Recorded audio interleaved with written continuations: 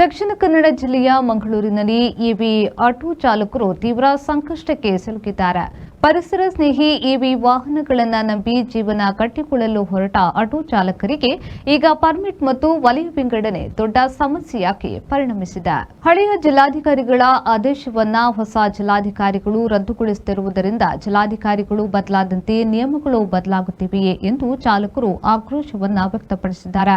ಈ ಕುರಿತು team green city ಸಂಘಟನೆಯು ಧ್ವನಿ ಎತ್ತಿದ್ದು ಸಾರಿಗೆ ಇಲಾಖೆ ಹಾಗೂ ಜಿಲ್ಲಾಡಳಿತದ ವಿರುದ್ಧ ಅಸಮಾಧಾನ ವ್ಯಕ್ತಪಡಿಸಿದೆ.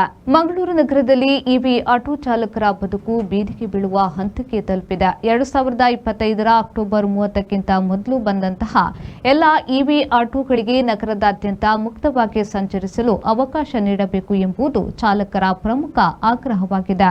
2024ರಲ್ಲಿ ಅಂದಿನ ಜಿಲ್ಲಾಧಿಕಾರಿಗಳು ಇವಿ ಆಟೋಗಳಿಗೆ ನಗರದಲ್ಲಿ ಮುಕ್ತ ಸಂಚಾರಕ್ಕೆ ಅನುಮತಿ ನೀಡಿದ್ರು. ಆದರೆ ಈಗಿನ ಹೊಸ ಜಿಲ್ಲಾಧಿಕಾರಿಗಳು ಆ ಆದೇಶವನ್ನು ರದ್ದುಪಡಿಸಿ ಹೊಸ ಆದೇಶವನ್ನು ಹೊರಡಿಸಿದ್ದಾರೆ. ಇದರಿಂದಾಗಿ ಅಧಿಕಾರಿಗಳು ಬದಲಾದ ತಕ್ಷಣ ನೀತಿ ನಿಯಮಗಳು ಬದಲಾದರೆ ನಾವು ನಮ್ಮ ಕುಟುಂಬವನ್ನು ನಡೆಸುವುದು ಹೇಗೆ ಎಂದು ಚಾಲಕರು ಪ್ರಶ್ನಿಸುತ್ತಿದ್ದಾರೆ. ಸಿಎನ್ಜಿ ಹಾಗೂ ಎಲ್ಪಿಜಿ ಆಟೋ ಮಾಲಕರು ಸಹ ಎಲೆಕ್ಟ್ರಿಕ್ ಆಟೋಗಳನ್ನು ಖರೀದಿಸಿ ಪರ್ಮಿಟ್ ಮತ್ತು ವಲಯವನ್ನು ಪಡೆದುಕೊಂಡು ಸಂಚರಿಸುತ್ತಿದ್ದಾರೆ. ಆದರೆ ಸಾರಿಗೆ ಕಚೇರಿಯಲ್ಲಿ ಕೇಳಿದ್ರೆ ಅಧಿಕಾರಿಗಳಿಂದ ಸರಿಯಾದ ಉತ್ತರ ಸಿಗುತ್ತಿಲ್ಲ ಎಂದು ಟೀಮ್ ಗ್ರೀನ್ ಸಿಟಿ ಸಂಘಟನೆ ಗಂಭೀರವಾಗಿ ಆರೋಪಿಸಿದೆ. ಸಮಸ್ಯೆ ಇಲ್ಲಿ ಏನಾಗಿದೆ ಅಂತ ಹೇಳಿದರೆ ನಮ್ಮ ಮೈನ್ ಸಮಸ್ಯೆ ಆಗಿರುವಂಥದ್ದು ಯಾಕೆ ಅಂತ ಹೇಳಿದರೆ ನಾವು ಈಗ DC ಅವರು ಏನೆಲ್ಲ ನಮಗೆ ಆದೇಶಗಳನ್ನು ಕೊಟ್ಟಿದ್ದರು, ನೀವು ಹೊಸ ಸರ್ಟಿಫಿಕೇಟ್ ಮಾಡಬೇಕು ಅಥವಾ ಇನ್ನೊಂದು ಯಾವುದೆಲ್ಲ ಮಾಡಿಕೊಡಬೇಕು ನಿಬಂಧನೆಗಳನ್ನು ಹಾಕಿದರೆ ಅದನ್ನೆಲ್ಲ ನಾವು ರೆಡಿ ಮಾಡಿದ್ದೇವೆ.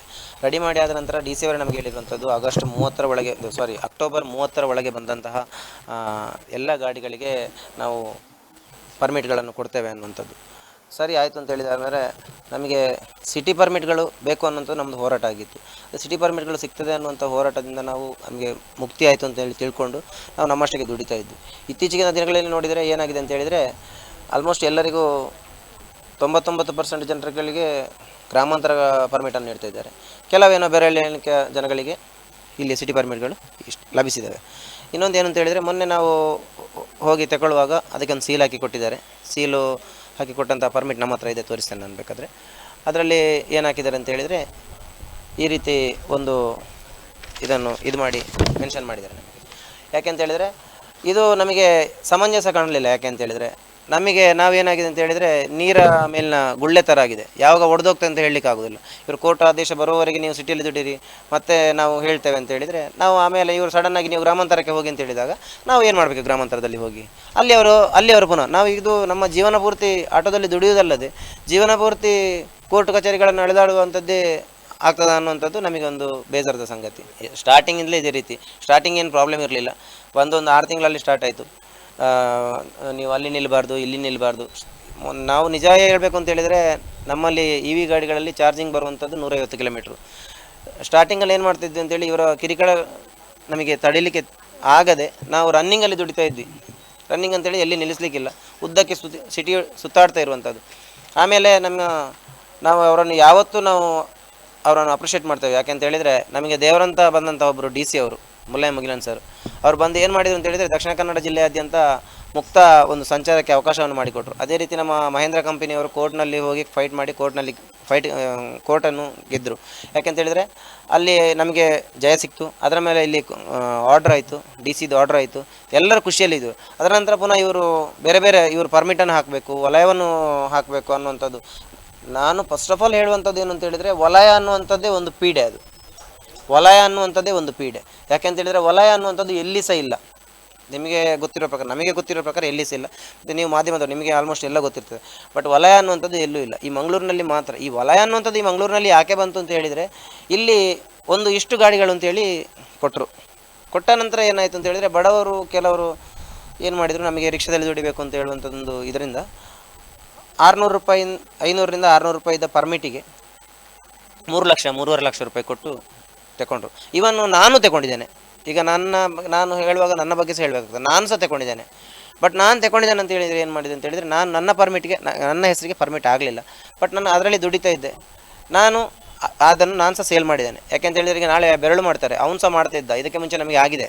ಅವನು ಸಹ ಮಾಡ್ತಿದ್ದ, ಅವನು ಸಹ ದುಡಿತಿದ್ದ. ನಾವು ಯಾಕೆಂದರೆ ನಾನು ಸೇಲ್ ಮಾಡಿದ್ದಕ್ಕೆ ನನ್ನ ಕಷ್ಟಕ್ಕೆ ನಾನು ಸೇಲ್ ಮಾಡಿರುವಂಥದ್ದು 2022ರಲ್ಲಿ ನಾನು ಸೇಲ್ ಮಾಡಿರುವಂಥದ್ದು. ಆನಂತರ ಏನಾಯಿತು ಅಂತೇಳಿದ್ರೆ ನಾನು ಹೊಸ ಗಾಡಿಯನ್ನು ತಗೊಂಡಿದ್ದು 2024ರಲ್ಲಿ. ಇವರೇನು ಹೇಳಿದರು, ನನಗೆ ಅದನ್ನು ಹೇಳಿದರು, ಆರೋಪ ಮಾಡಿದರು, ಅವನು ಆ ಗಾಡಿಯನ್ನು ಮಾರಿ ಈ ಗಾಡಿಯನ್ನು ತಗೊಂಡ ಅಂತ. ನಿಜವಾಗ್ಲೂ ಸುಳ್ಳು ಅದು. ಯಾಕೆಂತ ಹೇಳಿದ್ರೆ ನನ್ನ ಹತ್ರ ಪ್ರೂಫ್ ಇದೆ, ಅದಕ್ಕೆ ನಾನು ಯಾಕೋಸ್ಕರ ಮಾರಿದ್ದೇನೆ ಏನು ಅಂತೇಳಿ ಪ್ರೂಫ್ ಇದೆ ನನ್ನ ಹತ್ರ. ಹೆಸರು ಆ್ಯಕ್ಚುಲಿ ಸಿಟಿ ಕಾರ್ಪೊರೇಷನಲ್ಲೇ ಇರೋದು. ನನ್ನ ಹೆಂಡತಿ, ನನ್ನ ಅಡ್ರೆಸ್ ಎಲ್ಲ ಸಿಟಿ ಕಾರ್ಪೊರೇಷನಲ್ಲೇ ಇರೋದು. ಪಚ್ಚನಾಡಿಯಲ್ಲಿ ಬರುತ್ತೆ ನನ್ನ ಮನೆ. ಆದರೆ ನನ್ನ ಸಿಬಿಲ್ ಸ್ಕೋರ್ ಕಮ್ಮಿ ಇರುವ ಕಾರಣ ನಾನು ನನ್ನ ಹೆಂಡತಿ ಹೆಸರಿನಲ್ಲಿ ಗಾಡಿ ತೆಗಿಬೇಕಾಯಿತು. ಆದರೆ ತೆಗೆದ ಕಾರಣ ಏನಾಗಿದೆ ಅಂದರೆ ಈಗ ನಮಗೆ ಎಲ್ಲ ಜನಕ್ಕೂ ಪರ್ಮಿಟ್ ಬರ್ತಾ ಇದೆ. ಈಗ ಪ್ರೆಸೆಂಟಾಗಿ ಏನು ಮಾಡಿದ್ದಾರೆ ಅಂದರೆ ಈಗ ಎಲ್ಲರಿಗೂ ತಾತ್ಕಾಲಿಕ ಪರ್ಮಿಟ್ ಅಂತೇಳಿ ಇವರು ಕೊಡ್ತಾ ಇದ್ದಾರೆ. ಆದರೆ ನನಗೆ ಸಹ ಕೇಳುವಾಗ, ಮೊನ್ನೆ ಸಹ ಹೋಗಿ ಕೇಳುವಾಗ ಅವರು ಹೇಳೋದು ಒಂದೇ ಮಾತು, ಏನಂತ ಹೇಳಿದರೆ ಪ್ರೊಸೆಸಲ್ಲಿದೆ ಅಂತ ಹೇಳ್ತಾ ಇದ್ದಾರೆ.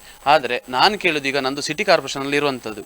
ನಾನೀಗ ನನ್ನ ಹೆಂಡತಿ ಹೆಸರಲ್ಲಿ ಗಾಡಿ ತೆಗೆದ ನಂತರ ನಾನು ಎಲ್ಲಿ ಹೋಗಿ ದುಡಿಬೇಕು? ಅವರು ಗ್ರಾಮಾಂತರ ಪರ್ಮಿಟ್ ಕೊಟ್ಟರೆ ನಾನು ಯಾವ ಗ್ರಾಮಕ್ಕೆ ಹೋಗಿ ದುಡಿಬೇಕು? ಗ್ರಾಮಾಂತರದಲ್ಲಿ ಒಂದು ರೂಲ್ಸ್ ಇರುತ್ತೆ, ಅವ್ರದ್ದೇ ಆದಂಥ ಯೂನಿಯನ್ ಇರುತ್ತೆ, ಅಲ್ಲಿ ಬೇಕಾದಂಥ ಫೆಸಿಲಿಟೀಸ್ ಇರುತ್ತೆ. ಅಲ್ಲಿ ಕೇಳಿದ್ರೆ ನಮಗೆ ಗಾಡಿ ಇಡ್ಲಿಕ್ಕೆ ಆಗೋದಿಲ್ಲ. ನಾವೀಗ ಸಿಟಿ ಕಾರ್ಪೊರೇಷನಲ್ಲಿದ್ದು ಗ್ರಾಮಾಂತರ ದುಡಿಯುವಂಥ ಪರಿಸ್ಥಿತಿ ಬರುತ್ತಾ ಅಂತ ನಾನು ಯೋಚನೆ ಮಾಡ್ತಾ ಇರೋದು ಒಂದನೇದಾಗಿ. ಎರಡನೇದಾಗಿ ನಾವು ಲಾಸ್ಟ್ ಟೈಮಲ್ಲಿ ಒಂದು ಮನವಿನ ನಮ್ಮ ಮುರುಗೇಂದ್ರ ಸರ್ ಅವ್ರಿಗೆ ಮನವಿ ಕೊಟ್ವಿ. ಸರ್ ನೋಡಿ, ಅಕ್ಟೋಬರ್ 30ರ ಒಳಗಡೆ ಗಾಡಿ ನಿಲ್ಲಿಸಲಿಕ್ಕೆ ಬಿಡ್ತಾ ಇಲ್ಲ, ಎಲ್ಲ ಪಾರ್ಕಲ್ಲೂ ಈ ರೀತಿ ಸಮಸ್ಯೆ ಮಾಡ್ತಾ ಇದ್ದಾರೆ ಅಂತ. ಯೂನಿಯನ್ ಅವರು ಸೇರಿ ನಮಗೆ ಪಾರ್ಕಲ್ಲಿ ನಿಲ್ಲಿಕ್ಕೆ ಬಿಡ್ತಾ ಇಲ್ಲ ಅಂತ ನಾವು ಒಂದು ಆದೇಶವನ್ನು RTO ಆಫೀಸರ್ ಮುರುಗೇಂದ್ರ ಸರ್ ಹತ್ರ ಕೊಟ್ವಿ.